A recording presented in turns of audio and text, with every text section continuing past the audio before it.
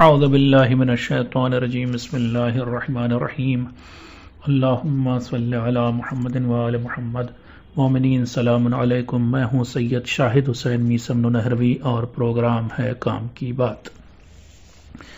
ہماری بات صحیفہ سجادیہ کی دعاؤں کے بارے میں ہو رہی تھی اور آج ہم دعا نمبر 5 کے بارے میں بات کریں گے۔ اس سے پہلے کی 4 دعاؤں میں اگر آپ کو یاد ہو تو امام زین العابدین علیہ السلام نے اپنے لیے کچھ بھی نہیں مانگا تھا۔ ان 4 دعاؤں میں یہ پہلی دعا ہے کہ جس میں اپنے لیے بلکہ اپنوں کے لیے یہ بہت ساری چیزیں امام مانگ رہے ہیں، لیکن یہ بات میں پہلے ہی آپ کو بتا دینا چاہتا ہوں کہ اس دعا کا پورا مفہوم اور معنی آپ تب زیادہ اچھا سمجھیں گے جب آپ کے ذہن میں بیک گراؤنڈ میں کربلا کا واقعہ ہو، اور اس کے بعد جب امام زین العابدین علیہ السلام مدینہ لوٹ کر آئیں، اور شاید اسی زمانے میں یہ دعائیں پڑھی بھی تھیں، اس زمانے کی حالات ہوں کہ مدینے میں امام کا کوئی ماننے والا چاہنے والا اس وقت اکا دکا لوگ تھے اور کوئی ساتھ دینے والا کوئی حال پوچھنے والا بھی نہیں تھا۔ اس کے علاوہ جو اس وقت کا بادشاہ یعنی یزید کے بعد تو اس کا بیٹا کچھ دن رہا، اور اس کے بعد مروان اور آل مروان جو تخت پر بیٹھے، انہوں نے اہل بیت علیہ السلام کو اتنا ستایا کہ ان کا جو حق بیت المال سے ملنا تھا وہ بھی روک دیا تھا۔ تو اہل بیت یوں ہی مصیبت کے مارے ہوئے تھے، اور اس کے بعد یہ بھی کہ ان کے ساتھ اس زمانے میں جو سختیاں کی گئیں، بعد کربلا میں بات کر رہا ہوں، وہ خود بہت زیادہ تھیں۔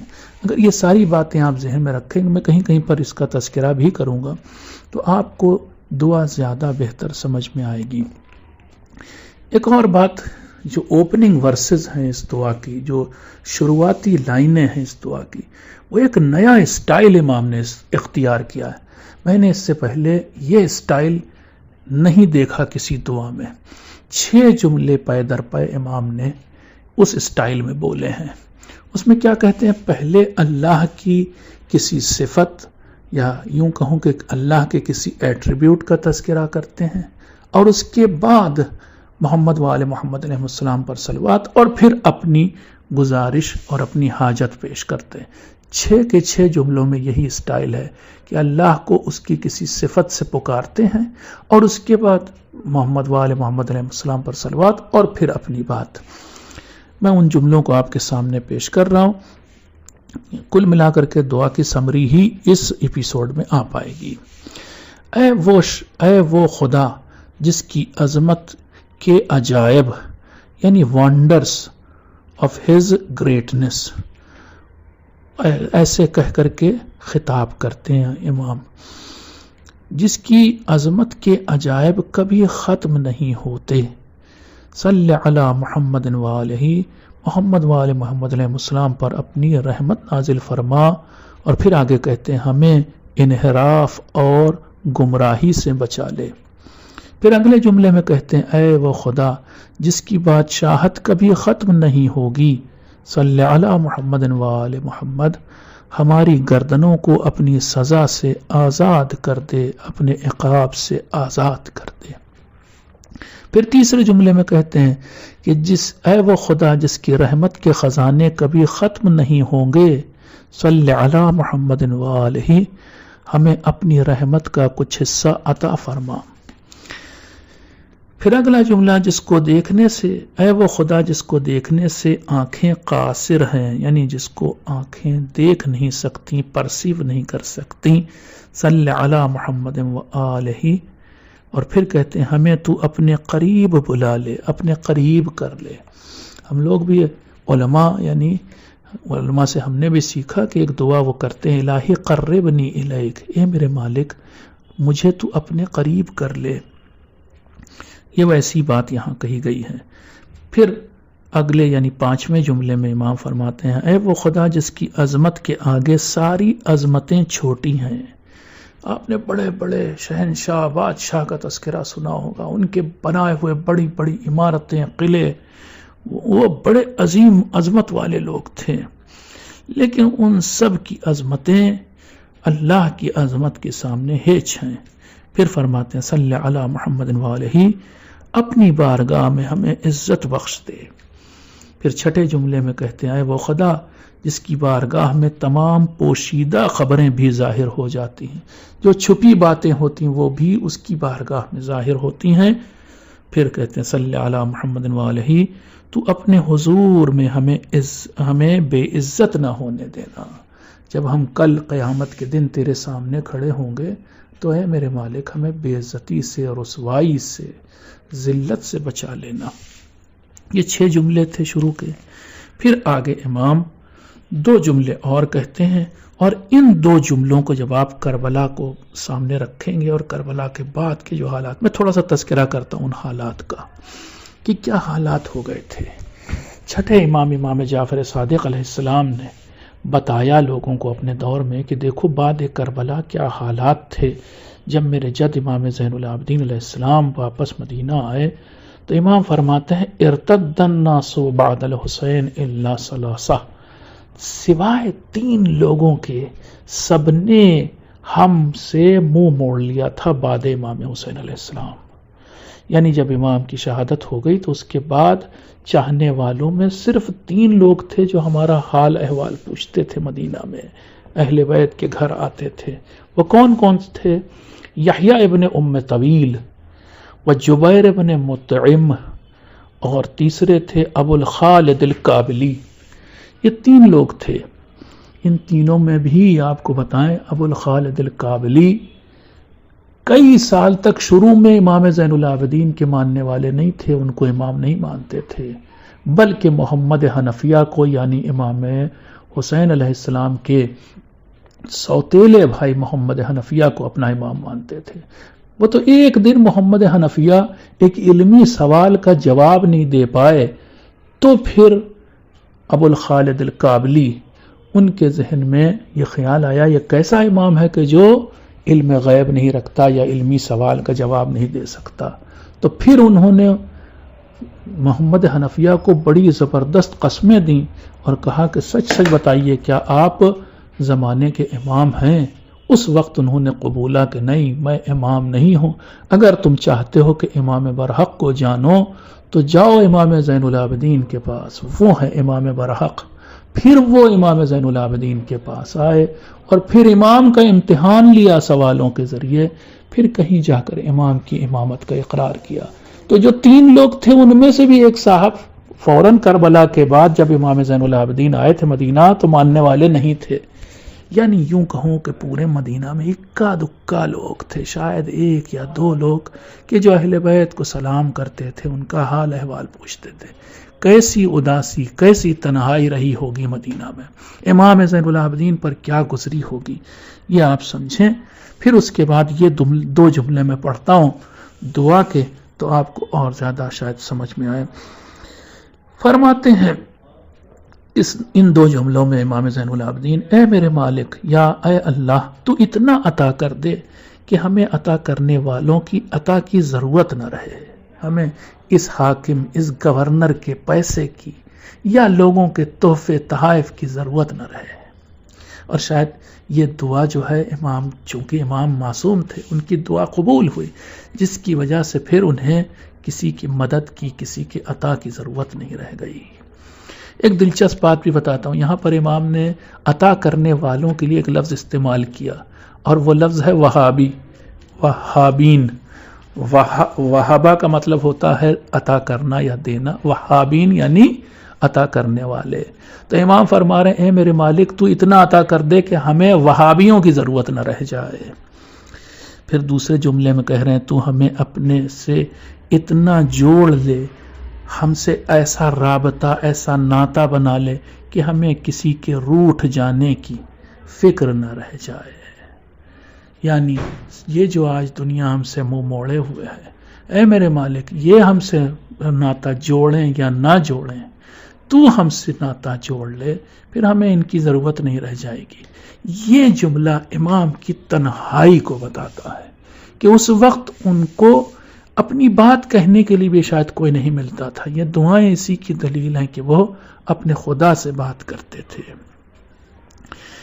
ایک اور روایت آپ کو سناتا ہوں، اور وہ روایت ہے اسی دور کی کہ جب امام نے ایک شخص سے، امام خود مدینے میں رہتے تھے، مکے سے آنے والے ایک شیعہ سے پوچھا تھا، آیا تھا مدینے میں ملنے کے لیے، تو امام نے اس سے پوچھا کم انتم بمکہ، ٹھیک ہے، تم لوگ مکے میں کتنے ہمارے چاہنے والے کتنے ہو، اہل بیت کے چاہنے والے کتنے لوگ ہو؟ تو اس نے جواب دیا جو بھی، تو پھر اس وقت امام نے ایک جملہ فرمایا، ما بمکہ والمدینہ 20 رجلا یحبوننا، پورے مکے اور مدینے میں ملا کر 20 لوگ بھی نہیں جو ہم سے محبت کرتے ہوں. اور یہ بھی شاید شروع کے سالوں میں، جو شروع کے برس تھے امام کی امامت کے، اس وقت نہیں بلکہ بعد میں بھی 20 نہیں ہو پائے تھے. آگے چلتے ہیں، پھر امام صلوات پڑھتے ہیں اور پھر صلوات کے بعد یہ 2 جملے پھر کہتے ہیں. فرماتے ہیں اے میرے مالک، تو ہر تدبیر ہمارے فیور میں کر دے. اس وقت جو حالات، جو زمانہ ہمارے مخالف ہے، اب تو ہر تدبیر اور ہر راہ ہمارے فیور میں کر دے، حالات کو ہمارے فیور میں کر دے، جو بھی منصوبہ تو بنا وہ ہمارے فیور میں ہو. اور اے میرے مالک، ہر چال کو تو ہمارے فیور میں چلنا، کوئی بھی چال ہمارے مخالف نہ ہونے پائے. یہ 2 جملے کہتے ہیں، پھر آگے بڑھتے ہیں اور فرماتے ہیں کہ اب ہمارے اقتدار کی باری لے آ. کوئی تو موقع ہو کہ ہماری بھی حکومت اس دنیا میں ہو، کوئی تو موقع ہو کہ ہم اہل بیت بھی اقتدار رکھتے ہوں. تو فرماتے ہیں کہ اب وہ موقع، وہ زمانہ لے آ کہ ہمارے اقتدار کی باری آ جائے، اور اب حکومت و اقتدار کو ہم سے دور نہ جانے دینا. حالانکہ میں یہیں پر بات روک کے کہوں کہ امام جعفر صادق علیہ السلام کا ایک جملہ ہے، ایک کتاب ہے تحف العقول، اس میں امام نے یہ جملہ فرمایا، ایک چاہنے والے سے، ایک محب اہل بیت سے آیا تھا ملنے کے لیے، اور اس وقت اس نے کہا امام سے کہ کیوں نہیں آپ کھڑے ہوتے، حکومت سے کیوں نہیں مقابلہ کرتے، کیوں نہیں جو ہے خروج کرتے.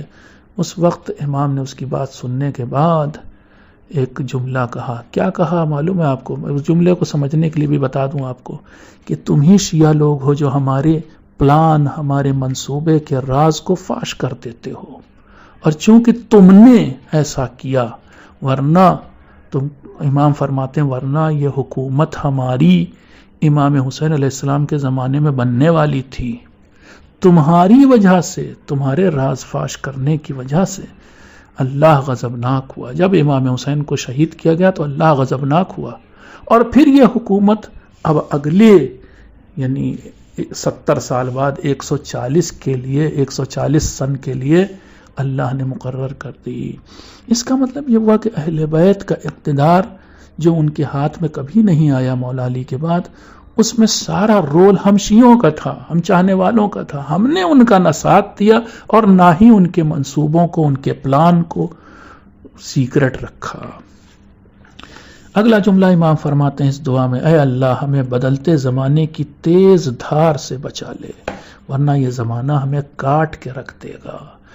یہ ایک بڑا اچھا میٹافر استعمال کیا امام نے کہ زمانہ جو بدلتا ہے وہ ایک دھار رکھتا ہے، کبھی کبھی وہ دھار انسان کے مخالف ہوتی ہے تو اسے کاٹ دیتی ہے. تو امام کہہ رہے ہیں اس دھار سے ہمیں بچا لے. پھر فرماتے ہیں اے اللہ تو ہمیں اپنے عذاب سے بچا لے، اپنی حفظ و امان میں ہمیں محفوظ کر لے، اور ہماری ہدایت اپنی طرف کر لے. اے میرے مالک تو ہمیں اپنے سے دور نہ کرنا. اور پھر فرماتے ہیں جس کو تو بچاتا ہے، جس کو تو پروٹیکٹ کرتا ہے وہی بچ پاتا ہے، اور جسے تو راہ دکھاتا ہے وہی علم حاصل کر پاتا ہے، وہی جان پاتا ہے. جسے تو راہ دکھاتا ہے وہی جان پاتا ہے. پھر 3 جملے ہیں، اس کو بھی کربلا کے پس منظر کو رکھ کر سمجھنے کی کوشش کیجئے گا. یہ 3 جملے کیا ہیں؟ جس سے تو محبت کرتا ہے اسے ساتھ چھوڑنے والوں کا ساتھ چھوڑنا کوئی نقصان نہیں پہنچاتا. یہ امام کا درد دل ہے جو بیان کر رہے ہیں. یعنی آج ہمارا ساتھ سب نے چھوڑ دیا ہے، مگر مالک اگر تو ہمارے ساتھ ہے تو ہمارے اوپر کوئی فرق نہیں پڑتا کہ ہم سے دنیا نے منہ موڑ لیا. پھر فرماتے ہیں جسے تو عطا کرتا ہے اسے منع کرنے والوں کا منع کرنا بھی کوئی نقصان نہیں پہنچاتا. یعنی اگر تو دے رہا ہے اپنے خزانے سے، رزق دے رہا ہے ہر چیز، تو پھر یہ بادشاہ، یہ گورنر، یہ مروان کے نمائندے اگر یہاں پر ہمارا بیت المال سے حصہ کاٹ بھی لے تو کوئی فرق نہیں پڑتا، تو دیتا رہے بس. اس سے پتہ چلتا ہے کہ امام کو لوگوں نے چھوڑ بھی دیا تھا، امام کا بیت المال سے حصہ بند بھی کر دیا تھا. پھر فرماتے ہیں تیسرے جملے میں جسے تو راہ دکھاتا ہے اسے بھٹکانے والوں کا بھٹکانا راہ سے ہٹا نہیں پاتا.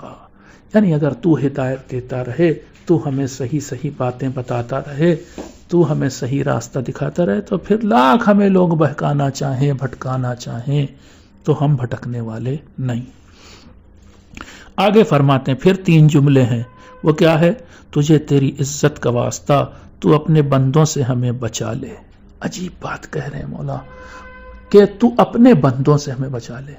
اب یہاں پر میں ہوتا، آپ ہوتے تو کہتے ہیں کہ اے میرے مالک تو اپنے دشمنوں سے ہمیں بچا لے. لیکن یہ امام ہے، اتنا بڑا دل تھا، وسیع دل تھا کہ انہوں نے ان لوگوں کو کہ جو امام حسین علیہ السلام کے قاتل تھے یا ان کے قتل میں شریک تھے یا ظالم تھے، ان کو بھی اللہ کا بندہ کہا، دشمن نہیں کہا. اپنا دشمن بھی نہیں کہا، اللہ کا دشمن بھی نہیں کہا. پھر فرماتے ہیں کہ ان کے مقابلے میں، یعنی ان دشمنوں کے، ان بندوں کے مقابلے میں ہماری حمایت کر. پھر دوسرے جملے میں کہتے ہیں تو اپنی مدد کے ذریعے ہمیں غیروں کی مدد کا محتاج نہ بننے دینا. یعنی تو ہماری مدد کر، پھر ہمیں کسی کی مدد کی ضرورت نہ رہ جائے. پھر فرماتے ہیں تو اپنی ہدایت کے ذریعے ہمیں حق کا راستہ دکھا دے. آخر کے 3 جملے، اچھا یہ بھی میں بتاتا چلوں، ان تین جملوں کو، یہ جو سیٹ آف سینٹنسز میں بول رہا ہوں، ہر ایک کی شروعات میں ایک صلوات ہے. تو بہرحال یہ آخری باتیں کچھ اس دعا کی، وہ یہ کہ اے میرے مالک ہمارے دل اور ہماری روح کی سلامتی اور پاکیزگی اپنی یاد سے انگیج کر لے. اس کا کیا مطلب ہوا؟ اگر ہمارا دل پاک ہے، اگر ہماری روح پاک ہے، اگر ہماری نیت میں اخلاص اور خلوص ہے، تو اب اس کو کہیں ادھر ادھر بھٹکنے نہ دینا. اس روح کو، اس دل کو، اس دماغ کو تو اپنی یاد میں مشغول کر لے، انگیج کر لے.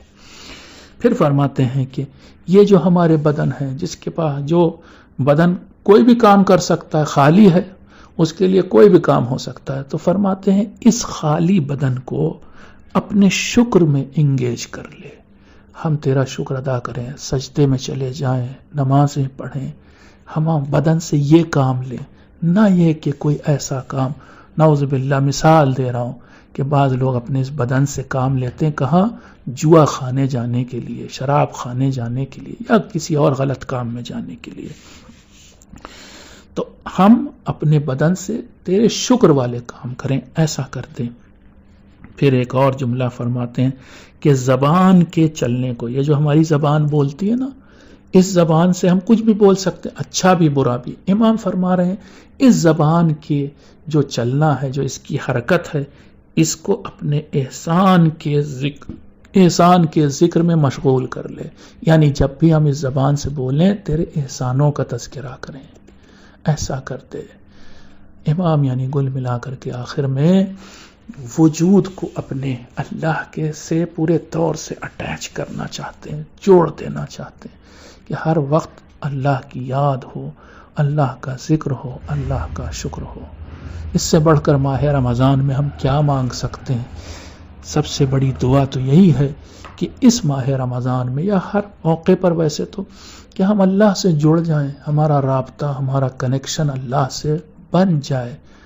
اور اب تک اگر کنیکشن نہیں تھا تو اب وہ کنیکشن جڑ جائے، وہ تعلق پیدا ہو جائے.